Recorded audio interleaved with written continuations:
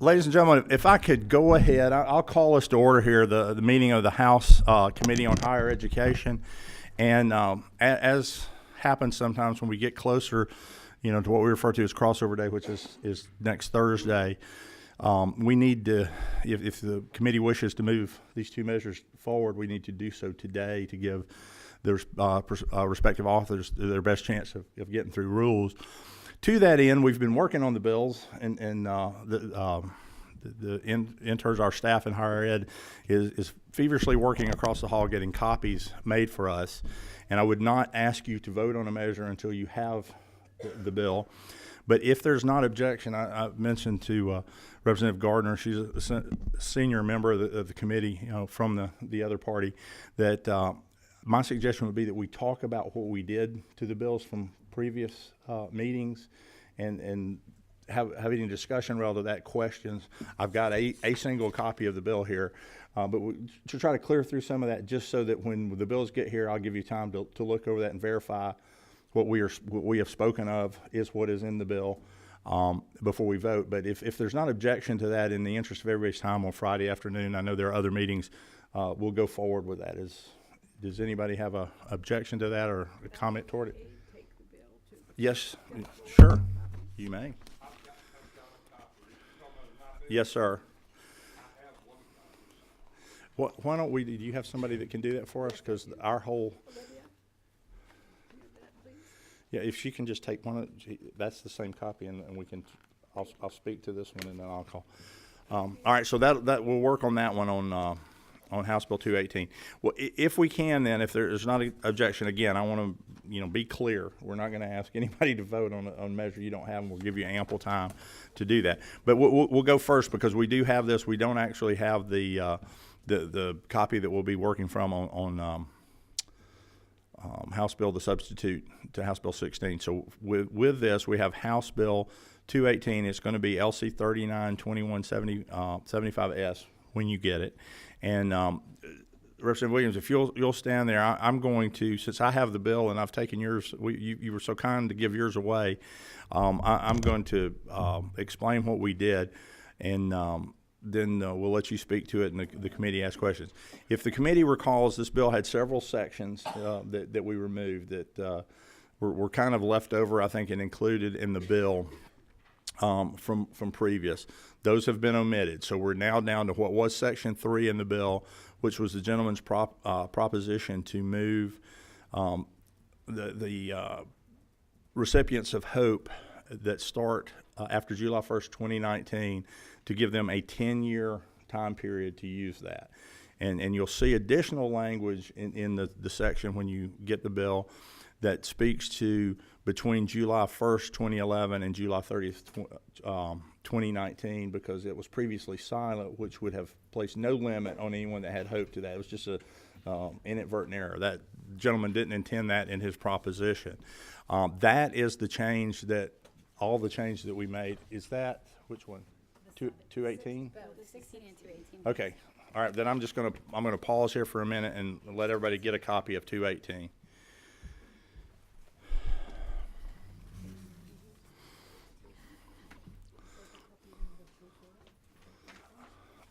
There may be an extra copy in the 218 is in the blue folder. Yeah, but it's the old version. It's the old version? Okay. That's the original version. Uh-oh. We still need you to copy it, Miss Olivia. Yeah, we still need the sub for 218. We have somebody that can Somebody's. help.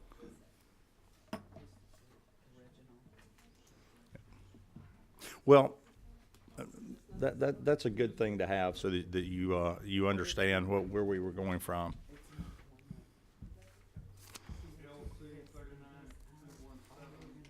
Yes, right. That's the one.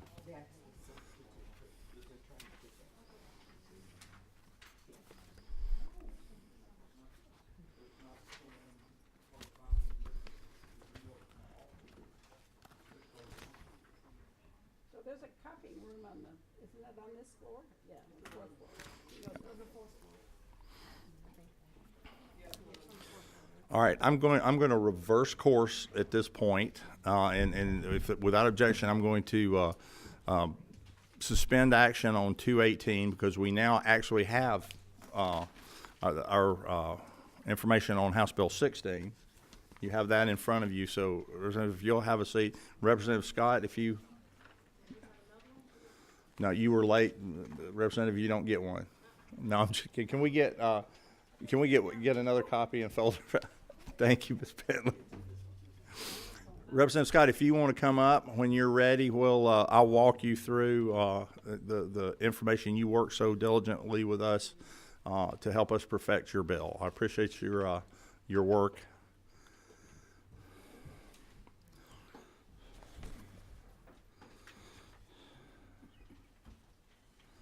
And so we have now, just to make sure everybody has it, and I apologize for the confusion. Again, it happens this time of year, but I want to make sure everyone does have the proper documents. LC 392187S, and this is, as we spoke beforehand, we do have that language.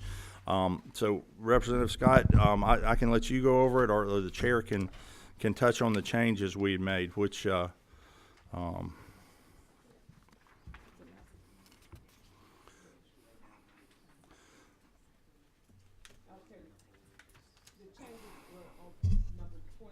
lines 28 and 29 there, well, right? 27, yeah, 27. That's 8I and 2 I's. Say students from a foster home situation means an individual who has graduated from a Georgia high school or an equivalent high school in another state, or has received a general educational development with GED awarded by the Technical College System of Georgia, or the equivalent of a general education development diploma awarded by the Technical College System of Georgia from another state. Right. That And was one of the changes that were made. Yes, ma'am. And if I could further, for the committee, if the committee remembers, that used to say an adjacent state, and we're of the opinion that our foster system could place children in Mississippi with an adult, with a relative, if that was good for them, or in a special needs situation, and we don't. I don't believe we do. I'll leave it to the pleasure of the committee and not, overstate my opinion on it. But I don't believe that I would want to discriminate against somebody if they have that. And you'll also notice from the other thing that the Legislative Council actually reworded it, but it says the same thing. That it makes it more readable. So the significant material change is on line 29. It used to say adjacent state, and now it says another state. And on line 33, it used to say adjacent state, and it says another state. And Representative Scott, isn't it true we did the same thing for the homeless situation? Right. And to be clear, there was some conversation and some concern that was worried about that opening it up too much to say a homeless situation from from another state, and I immediately thought maybe that should be adjacent state, but in truth, I think another state is best. There could be a situation where a person graduates from high school at 17, may go in service of our country for 4 years. Hate to describe this, but it happens. Could come back of an honorably discharged after a 4-year tour and be a bit out of sorts because of their experience and find themselves in a homeless situation. And I don't think we want to discriminate against them because their high school degree came from California instead of Alabama. So if they find themselves in that situation or in a place they can set up, remember, we're just allowing for in-state tuition. We're not giving any other benefits. So that's what we've done in the bill. Representative Scott? And Yes, Caitlin, that did is you correct. have anything else you wanted to add? There was also the piece limiting adding the 10-year time limit. Exactly. Right, so this is at lines 109 through 111. Mm-hmm. This provision allows that once a student has established themselves as a child from a foster care or homeless situation, they can maintain that classification for some time, because it can be really difficult to recertify yourself to get the documentation necessary. This was there to begin with, to say you maintain it to the end of your bachelor's degree, or in the same section later, to the end of your degree from a technical college. But that could go on for, you can imagine maybe that could go on for for a very long time. So we wanted to add in at least some time limit that you would have to finish that degree within 10 years, which is, I think, a pretty good time limit, especially considering that these young people are the very ones who will take a little bit longer to finish their degree. So it's just about making sure that they have enough time to finish their degrees Exactly. without having to recertify. Right, and the reason we put the time limit on it is someone could grow up, take part of a degree, move off and have life in another state. We don't want them to necessarily drop back, and if they're otherwise a citizen of Missouri and moved on in their life, we don't want to grandfather them in and being an in-state tuition getter, maybe for graduate school or a doctorate otherwise, if they've decided to move on. And the 10-year limit was a bit going with the presumption, is Representative Williams' measure later on, of that's how long we would open up hope, so that's how long we're giving people the option to go to school, so this would do that. So with that, there's a couple of questions. I'm going to try to keep us moving along. Representative Gardner. Very much, Mr. Chairman.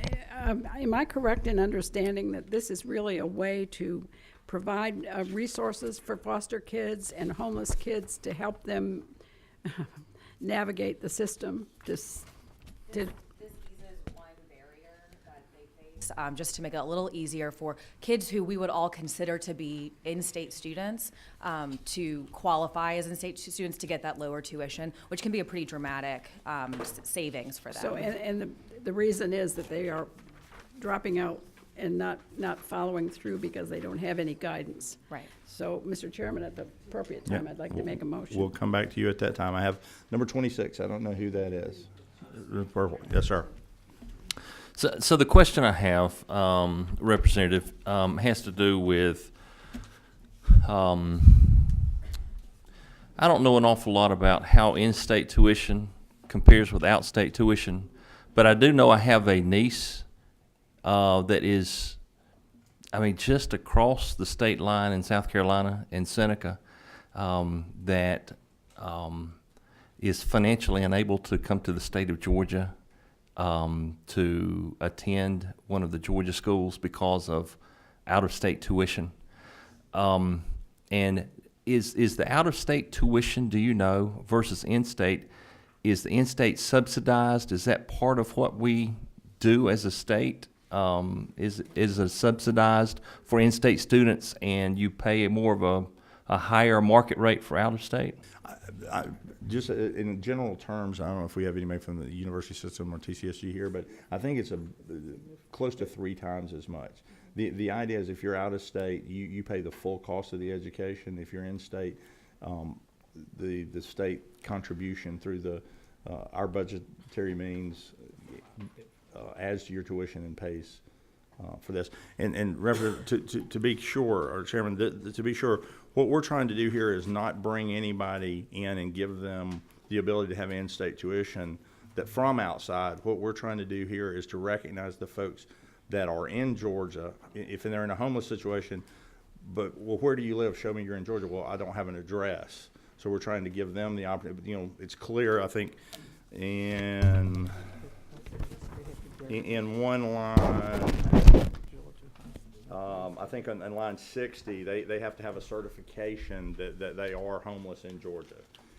And then in the foster setting, we're talking about kids that grew up in Georgia and for one reason or other, DFACS may have put them in a foster situation out of state, right before they, graduated. So we're not trying to import, if you will, people to give them Georgia tuition. And Mr. Chairman, if I may, Yes, sir. that was kind of my thinking. I want to make sure that we don't incent Right. someone from California. Hey, we have some of the best colleges in the nation, in the world, within the borders of this great state. And if someone says, I can't afford 3 times tuition, but if we incent them to come to the great state of Georgia and have the taxpayers of the great state to, in essence, subsidize their college education when they've not been helping to fund that. And that's an excellent question. And I think what keeps that from happening here is to be following the definition of the foster child, you have to be under the care of the Georgia Department of Family and Children's Services. And we have our hands full, not to make light of it, we have our hands full taking care of Georgia kids.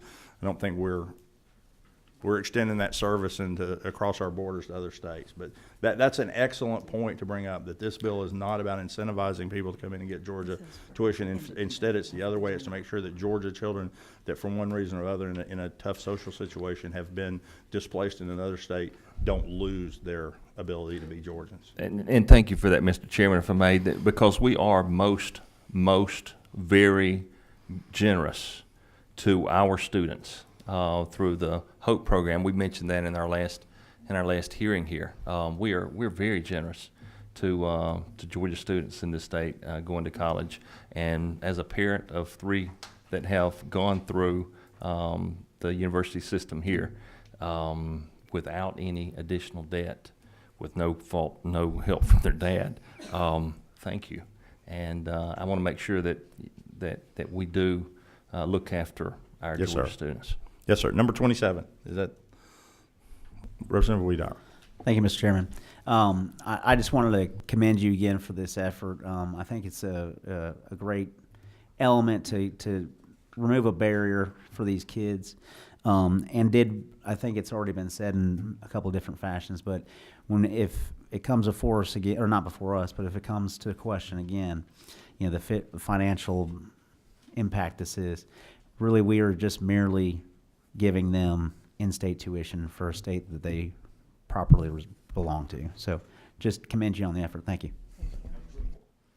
Thank you, Mr. Chairman. And following up on the idea that we'd incentivize out-of-state people, I understand the foster care, that ought to be easily enough verified through DFACS, but I am a little concerned about the certification for the homeless person. It seems to me somebody could come in and just declare themselves to be homeless, and I wondered how we would certify that they didn't just move here from California or someplace. Well, and if I may, I'm sorry. Well, I'm gonna let her answer, but I'm gonna give you, because I thought about this, Representative, as well. I guess I just don't think that if somebody is in a homeless situation, they're gonna pick up and move to Georgia for the ability just to get in-state tuition. I mean, if one is, and I don't mean to make light of it when I say this, but if one is truly homeless, I think moving from one place to another and then trying to figure out how to get, I mean, if one can't find a place to live, I don't think they're finding college tuition. I think we're trying to take care of those that are here. I mean, you raise a good point, and I guess if we see something like that going on, we can come back and deal with it. But the truth of the matter is, sort of by definition, if one is homeless, we don't know where they were last month. So even if somebody says, we think somebody's been in here for 2 years, they may have been here for 2 days. Mm-hmm. So the important thing is, some of the certifications now, would you? I will direct you to lines 60 to 71, which outline the ways that a student can certify that they are a homeless youth. Which is one of the requirements to meet this definition. It is my understanding that those certifications are meant to address some of these concerns. That's my understanding. Yeah, I think we would have more of an issue here if we were saying you certified for this and with it came tuition and board and then you have people coming here. But this conveys no financial assistance. This just says if you're here, you can do it. But that raises a good point. Mr. Chairman, yes, sir. Follow up with that. I want to make it clear that I'm certainly not wanting to hurt anybody that is indeed homeless. I'm more worried about somebody who figures this out and realizes they can get a much lower tuition rate and declares himself to be homeless. And so I still see some verification problems in that. So, but thank you for the question. Yes, sir. And that, Representative, that good point. I think we could probably get with you later to talk in detail to the lines that I had highlighted earlier and she highlighted again about the certification, of the home. You can't just declare oneself to do that. But that's a good question, and we talk about that. I have one more. Is that Representative Bentley down there? Yes, ma'am. Yes, sir. Thank you, Mr. Chairman. My question is more, and thank you, Representative Scott, for your work on this bill. But I'm just a little curious to know, how would the technical college system and university system, how would they actually implement this to ensure that they are following the exact language of the law? How would that be implemented? Maybe someone from those departments will have to address that. Yeah, I'm not sure I can answer that question. Okay. Thank you. I see no further questions. We have before us LC 392187S. At this time, we would be in a posture to take action on the matter. Number 19, yes, ma'am. Thank you very much, Mr. Chairman. I move we do pass on LC 392187S and commend the author for caring about these children who need some help. You recognize you have that purpose. You're recognized, and we have a do pass motion on LC 392178S, House Bill 16. Is there a second? I have a motion and a second. LC 392178S. Any discussion? Any discussion on the motion? Motion is do pass this forward to the Rules Committee. No further discussion. All those in favor say aye. Aye. Any opposed, no. Representative Scott, your motion or your item moves on to rules. You, of course, know you need to stop by the Rules Office and fill out their form for the consideration calendar. Okay. Thank you. Thank you. Now, Representative Williams, thank you for your patience with the committee. If you'll go back up to the podium, let me just make sure everybody has the correct. We have LC 392175S. Does everybody have that? Everybody? Okay. Representative Williams, we had spoken to that a bit before, but you want to give us a. Well, I'll let you decide on how long your synopsis be, but you're looking at all the committee members, and you might know how tired they are. And you live closer than a lot of us do, Mr. I do. Chairman, So I'm at your pleasure, sir. But- You can talk till Thank you. dark if you'd like. Well, as I heard a wise man once say, stop when they're ready to buy. Yes, sir. Just, That's what they say. Just recently, I think I heard that. But this is basically just a hope extension bill from 7 years to 10 years. And this would go into effect June 30th, 2019. And sometimes, as we all know, life gets in the way, and this would give people a chance to further their education and become a productive member of society. And I thank you for the opportunity to present this bill, and I ask for favorable vote from the committee. Thank you, Representative. Does everybody understand, again, the operative changes were on line 12, and then, due to that change, we needed to restate what the gentleman's intent was on lines 21 through 26. We do not have a fiscal note on this. We had shared with us the last meeting, what had been before. There is a fiscal impact on Hope. We will get that if the committee moves this forward. You'll have that, of course, if it gets to the floor. They'll have it in rules. I guess my question, and the reason I'm inclined to go with the committee's wisdom is if you want to move it forward, is these are folks that have to maintain their Hope eligibility. There's nothing in this bill in the extension to the 7 years or now to the 10 years that gives them any sort of a break in terms of the grades they have to make or the things they have to achieve.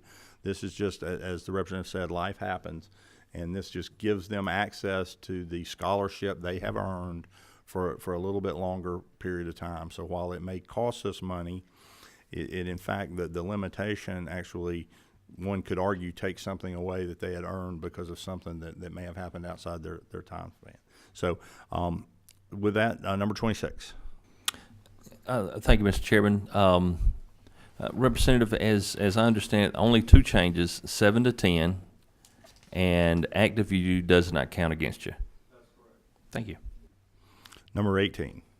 Thank you, So- Mr. Chairman. Representative Williams, I just wanted to thank you for bringing this bill forward. As a former adjunct professor, I actually had the privilege to teach many veterans and in a state that did not have hope. So I know this will be a great benefit for them. So I really appreciate you bringing this forward. Thank you very much. I'm going to ask. I failed to ask. We have a number of interested parties in the audience. I failed to ask on House Bill 16. I'll take responsibility for that. But let me ask here on House Bill 218. Does anybody wish to speak to this? We had the hearing on it previously. You didn't seem to have any opponents at all, Representative. But does anybody wish to speak to the item? My apologies. I'll come back and ask if anybody wishes to comment, even though the action on 16 has been taken. I think the gentleman may have a winner here. Anybody wish to talk to 218? Any further questions on to number 23? Yes, ma'am. At the appropriate time, I'll call for a due pass. That now would be it, unless the gentleman, no, he's not going to get in the way of people buying. So that's, yes, ma'am. I have a motion and a second due pass recommendation. We're going to do that on House Bill, pardon me, 218 LC 392175S. Is that correct? That's what you have. So I have a motion and a second due pass. Discussion on the motion. Motion is due pass HB 218. No further discussion. All those in favor say aye. Aye. Any opposed, no. That is approved. As I said, and people are heading out of the room, did anybody wish to impart wisdom on us on House Bill 16?